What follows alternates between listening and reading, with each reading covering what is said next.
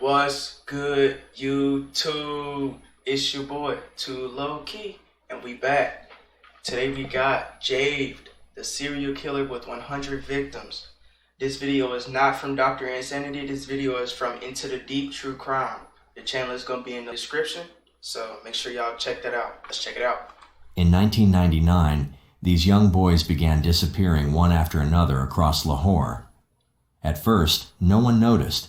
Most were poor, street kids no one kept track of. But everything changed when a newspaper editor opened an envelope that read, "I have killed 100 children."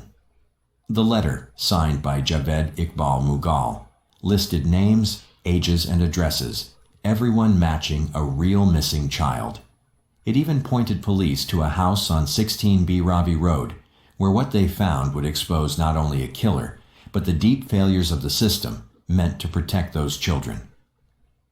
The disappearances began in June 1998, though nobody was counting them as a pattern.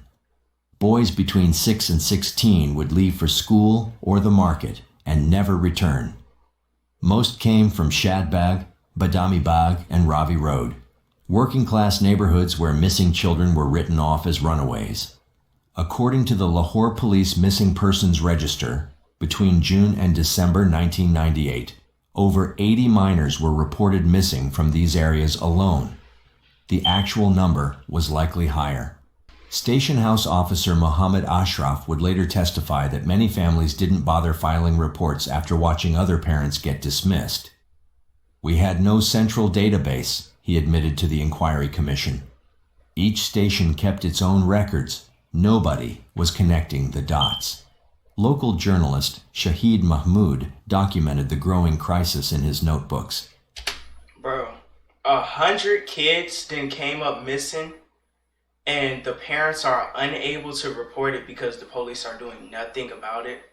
Like, they're just waving them off. Like, kids are just being killed, and they're just waving it off. And it looks like this is in, like, an Indonesian town. Maybe I said that wrong, I apologize, but, like, it looks native. Families would show him photos of their sons, school portraits, Eid celebrations, cricket matches. The boys were laborers' children mostly, newspaper sellers, tea stall workers, garbage collectors. Their parents couldn't afford to miss work searching for them. By December 1999, handwritten missing posters covered the walls along Ravi Road.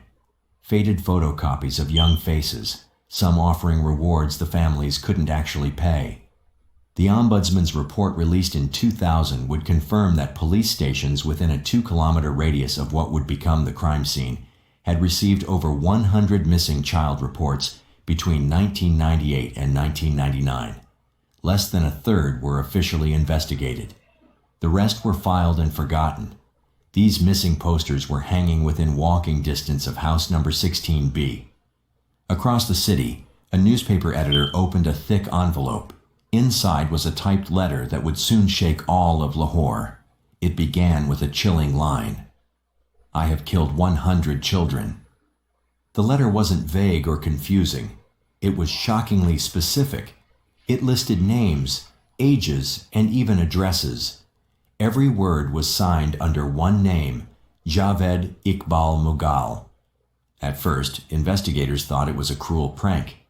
Their records for that year only listed around 30 missing children in the entire city. But when they checked the names in Javed's confession against reports from local neighborhoods, the results stunned them. Each name matched a real missing child, boys whose disappearances had never been officially logged. Families had filed reports, but many were ignored or misplaced. The letter also mentioned an address, house number 16B, Ravi Road. It promised that the proof of what he had done was inside. Acting quickly, Senior Superintendent Malik Aslam Hayat gathered a small team and headed for the location. Property records confirmed the house did belong to Javed Iqbal. From the outside, it looked ordinary, a 3-story yellow building with newspaper covering the windows. The neighbors said no one had been there for weeks. Officers broke open the rusty gate. The moment they stepped inside, a foul chemical smell filled the air, sharp, sour, and hard to breathe. Near the corner of the main room stood 3 large metal drums labeled chemical waste disposal. Each could hold up to 50 liters. Most were empty, but forensic officer Tariq Mahmoud noted a thick, stinging residue clinging to the sides. It was unmistakable: hydrochloric acid. In a small back room of the house, investigators make another disturbing discovery. On a table, they find several stacks of notebooks, all neatly arranged. When the officers open them, they see pages filled with names, each line recording a child's name, age, and date. Some pages even include the child's address and the names of their parents. Sergeant Abbas Shah begins reading and counting the entries, but after reaching 85 names, he quietly closes the notebook. The handwriting is neat, almost careful, as if someone had wanted to keep an exact record of every life taken. Inside the closets, officers find children's clothes, school uniforms, small shirts, and sandals arranged by size. Some still look new, others are worn and faded. On a desk near the window sits a Polaroid camera, and beside it, several developed photographs showing young boys. The images are clear, and none of the children appear to be smiling. Police photographer Rashid Ahmed begins documenting everything. Later in court, he would say he had never seen evidence so carefully organized. Every item seemed to be placed deliberately, as if Javed Iqbal wanted it all to be found. When the officers search the drawers, they find chemical supplier receipts. The invoices show Javed had been purchasing large amounts of hydrochloric acid throughout 1999, more than 300 liters in 6 months. Each order was signed in his name. That evening, Senior Superintendent Malik Aslam Hayat speaks to the press.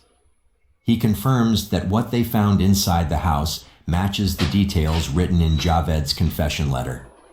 But even with all the evidence, the acid drums, the notebooks, the children's belongings, there are no bodies, no remains, no blood, nothing visible.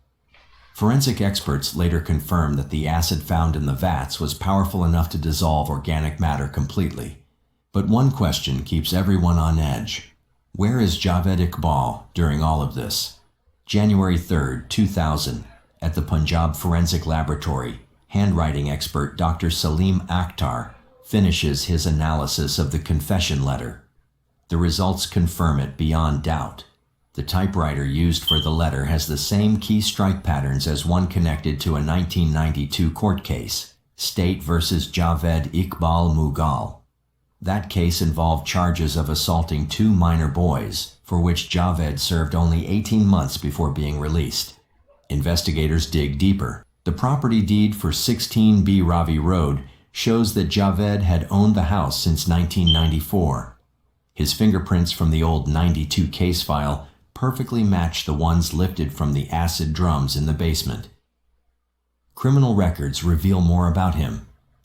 Javed Iqbal Mughal is 43 years old, highly educated, and a graduate of Punjab University with a degree in chemical engineering.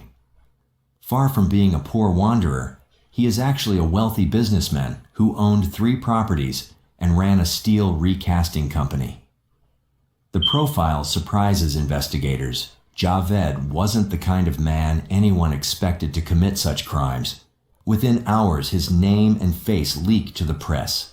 Panic spreads across Lahore's poorest neighborhoods, where most of the missing boys once lived. Parents pull their children from schools. Fear fills the streets. That same day, the News International publishes Javed Iqbal's photograph on its front page.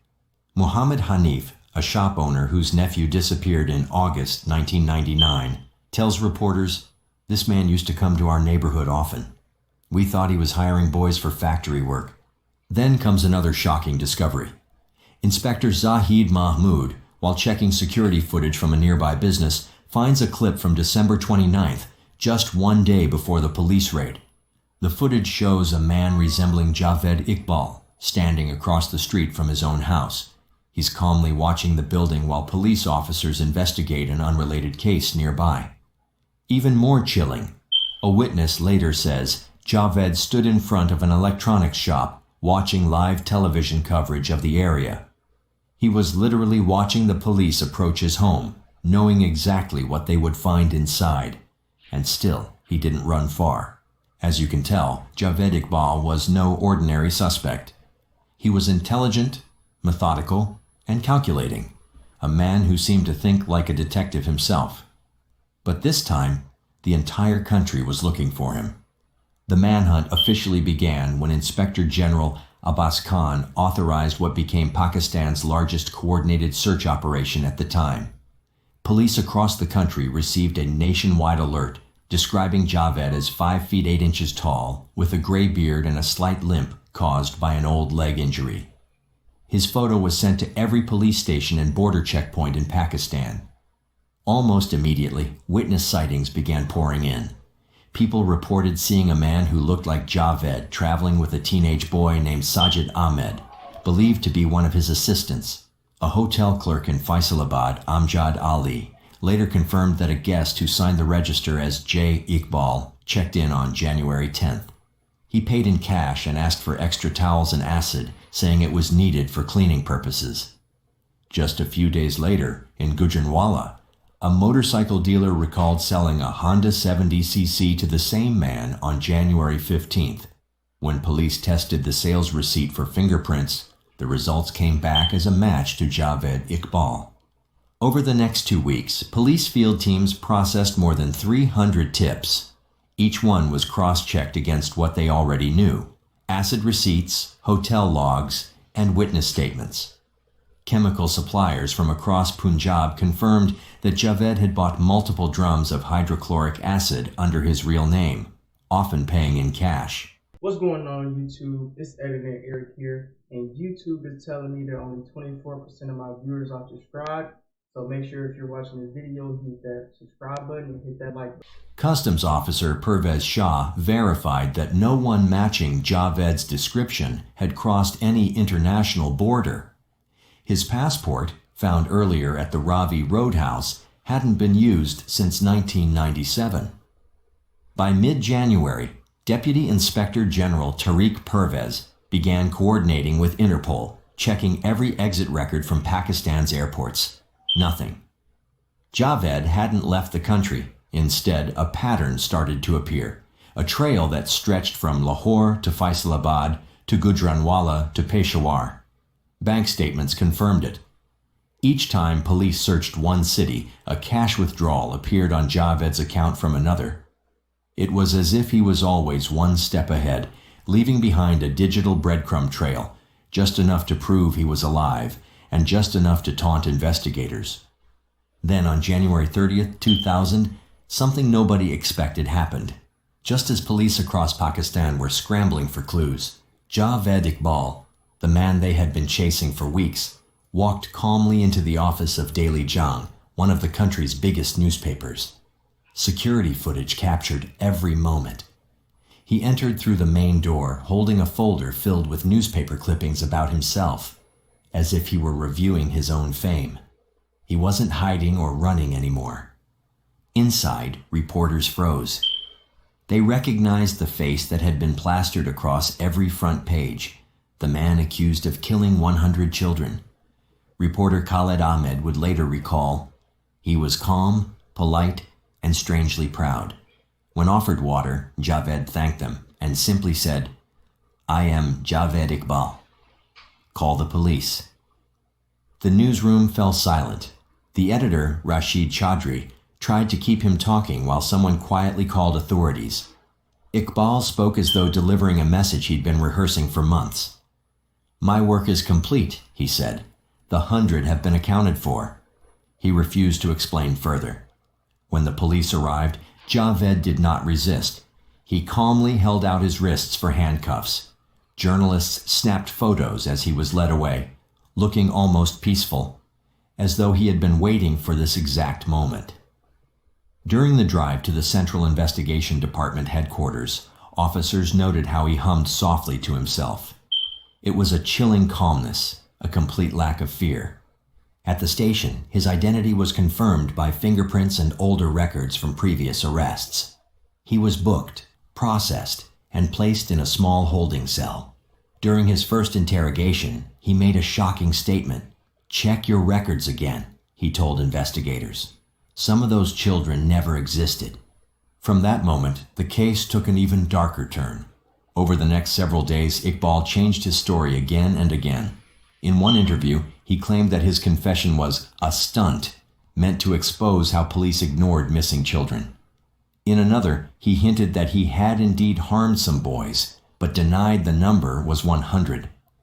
The interrogation transcripts filled hundreds of pages, each more confusing than the last.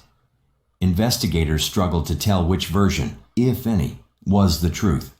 Yet the physical evidence told a much clearer story. Chemical purchases, photographs, notebooks, and fingerprints tied everything back to him. Forensic teams tested the acid residue from his home and found traces of calcium phosphate and hydroxyapatite, both substances found only in dissolved human bone. Chemical experts confirmed the obvious. These were not industrial chemicals used for metalwork. They were human remains. Still, Javed tried to outsmart them. He argued that the acid was for his steel business. He claimed the photos of boys found in his drawers were just employees. But every child in those photos matched a real missing person report. The handwriting in his notebooks matched his own from earlier documents. Every clue, every record, every receipt pointed to him. Investigators realized Javed Iqbal wasn't just a killer. He was meticulous. Every detail was cataloged, every name written down. It was as if he wanted to leave behind a permanent record of his crimes. But he hadn't worked alone. When police traced phone records and bank transactions, another name kept appearing: Sajid Ahmed, a 17-year-old boy often seen with him. Witnesses recalled seeing the two together in markets and neighborhoods where children had vanished. Sajid was arrested and brought in for questioning. At first, he claimed Iqbal had forced him to help, threatening to kill him if he disobeyed. But later, he changed his story, saying police had coerced his statement. Even so, the evidence was clear. Bank withdrawals made by Sajid from Iqbal's account matched dates when children disappeared. CCTV footage from Raja Bazaar showed both men together during 5 separate disappearances. One tea seller told reporters, "The younger boy would talk to street children. The older man waited in the car." Police soon discovered 3 more young men, Shahzad, Tariq, and Nadim, all linked through financial transactions and property transfers. Iqbal had given each of them money and even a small shop. When questioned, they initially confessed to helping lure children, only to later retract their statements. By February 2000, the case had grown into something far bigger than anyone imagined. It was no longer just one man. It was an organized system of abduction, manipulation, and silence. And still, there were no bodies. The trial began in March. Reporters from around the world filled the courtroom. The prosecution came armed with thousands of pages of evidence, receipts, photographs, and forensic results that tied every part of the puzzle together. The typewriter used for his confession was brought into the courtroom. Experts demonstrated how the letters struck the paper, perfectly matching Iqbal's confession letter. Forensic experts explained that hydrochloric acid, when concentrated, can dissolve organic matter completely within 24 hours. The drums found at his home contained chemical residues that could only have come from human remains. Then came the most emotional testimony of all, from the parents. One by one, they stood before the court, identifying clothes and photographs found in Iqbal's house: a small school uniform, a pair of sandals with a broken strap, a cricket cap. Each item belonged to a missing child. There was no shouting in the courtroom, no dramatic outburst, just the sound of grief heavy enough to fill every corner. The defense argued that Javed's confession was fake, a desperate act by a man seeking attention or revenge against the system. But that claim collapsed quickly. Javed had surrendered voluntarily, and all the evidence was consistent with what he'd written. The acid wasn't for steel, the purchases were far too frequent and excessive. His fingerprints were on the inside lids of the drums, placed after the acid had been poured. In mid-March, After weeks of testimony, the judge delivered the verdict. Javed Iqbal was found guilty of 100 counts of murder and kidnapping. But it wasn't just the verdict that shocked Pakistan, it was the sentence. The judge declared that Iqbal would be executed in the same manner he killed the children, by strangulation, dismemberment, and dissolution in acid. It was a punishment meant to reflect the horror of his crimes. Some called it poetic justice, others simply horrifying. Even seasoned prosecutors admitted they had never seen such a ruling. The case dominated national headlines. But before any sentence could be carried out, appeals were filed. Human rights groups protested the method of execution, saying the law must not mirror the brutality it condemns. The government announced that all legal procedures would be followed before any final action. And then, before justice could be served, the story took another unexpected turn. On the morning of October 8, 2001, guards at Lahore Central Jail made their usual rounds. When they reached the cell shared by Javed Iqbal and Sajid Ahmed, they found both men hanging from bed sheets tied to the ceiling bars. It was over. The man who had confessed to killing 100 children was dead. The official report listed the cause of death as suicide by asphyxiation. The post-mortem found no signs of a struggle, no drugs, no poison, just two men who, according to records, ended their lives in silence. But not everyone believed it. Critics and family members questioned how two prisoners under constant surveillance could hang themselves without anyone noticing. Outside the prison, chaos erupted. Families of the victims gathered at the gates, many weeping, some shouting that justice had been stolen from them. One father said through tears, "We wanted to see him face what he did." Now, we'll never know the full truth. In a single morning, the case that had terrified a nation was suddenly over, without a trial conclusion, without answers, and without closure. But Javed Iqbal's crimes left a permanent mark. In the years that followed, Pakistan began to reform how it handled cases involving children. The tragedy had exposed deep flaws: missing reports ignored, investigations dismissed, and records lost. The government responded with new laws, including the Child Protection and Welfare Act of 2004, which specifically mentioned the Lahore serial killing case. Soon after, the Child Protection Bureau was created to ensure no child disappearance would ever be ignored again. A new database system was introduced to connect police stations nationwide, something that had not existed during Iqbal's time. This allowed authorities to track missing children more efficiently and share data across provinces. By 2011, specialized child protection courts were established in major cities. Reports showed a 60% increase in recovered missing children. The tragedy had sparked real change, born from unimaginable horror, but leading to long overdue reform. As for the place where it all began, 16B Ravi Road, the building was demolished in 2005. In its place now stands a small memorial garden. Families gather there every December 30th, lighting candles and placing photos of their lost sons. There's no plaque, no grand statue, just quiet remembrance and the hope that their children's suffering wasn't in vain. What began with a single confession letter, "I have killed 100 children," ended up revealing far more than one man's crimes. It exposed how easily the poor and voiceless could disappear without anyone in power noticing. And while Javed Iqbal's name will forever be remembered for horror, the legacy that followed, the awareness, the reforms, the renewed focus on child safety, became the one light that grew from the darkness he left behind.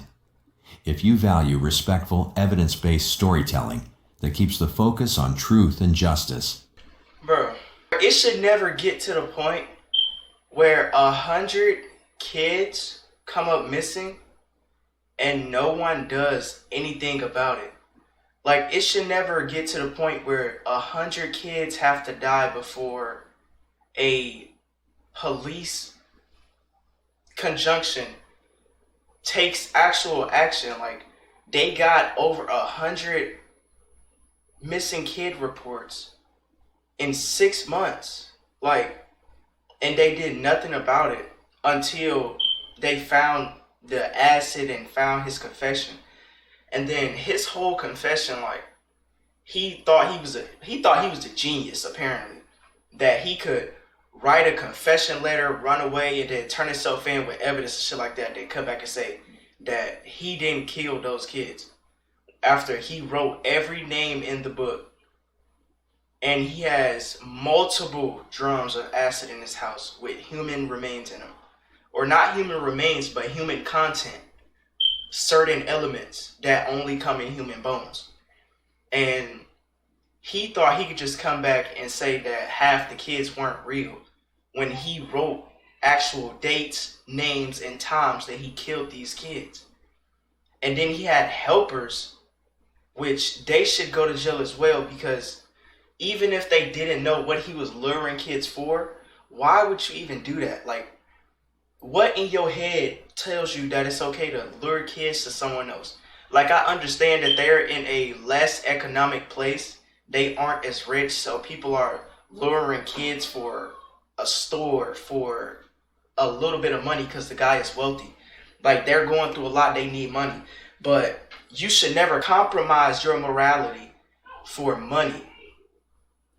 You should never go back on human morals, luring kids to someone just so you can provide for your family. There should always be a crossing point. Kids and everyone, I'm talking to everyone. There should always be a crossing point. You never give up morality for money. Money is not that important at all. This was a good video. Into the true crime, the channel name, that's the name of this channel. I love the video. I enjoyed reacting to it. It's very sad, as all these videos are that I react to are very sad, but I enjoy making these videos. I hope y'all enjoyed this video. Links, music, all that's gonna be in the description. I'm about to drop a new song. I haven't dropped the release date yet, but it's gonna be there for y'all to see. Follow the Instagram, DM me on Instagram. I am one person, or it's taking a while for a video to come out. DM me on Instagram or comment on the bottom of one of my videos. I enjoyed this video. I hope y'all guys did too, and peace. Shit on my mind, I'm 11, 18, but I'm screaming 6'7". Drake's sending niggas to heaven.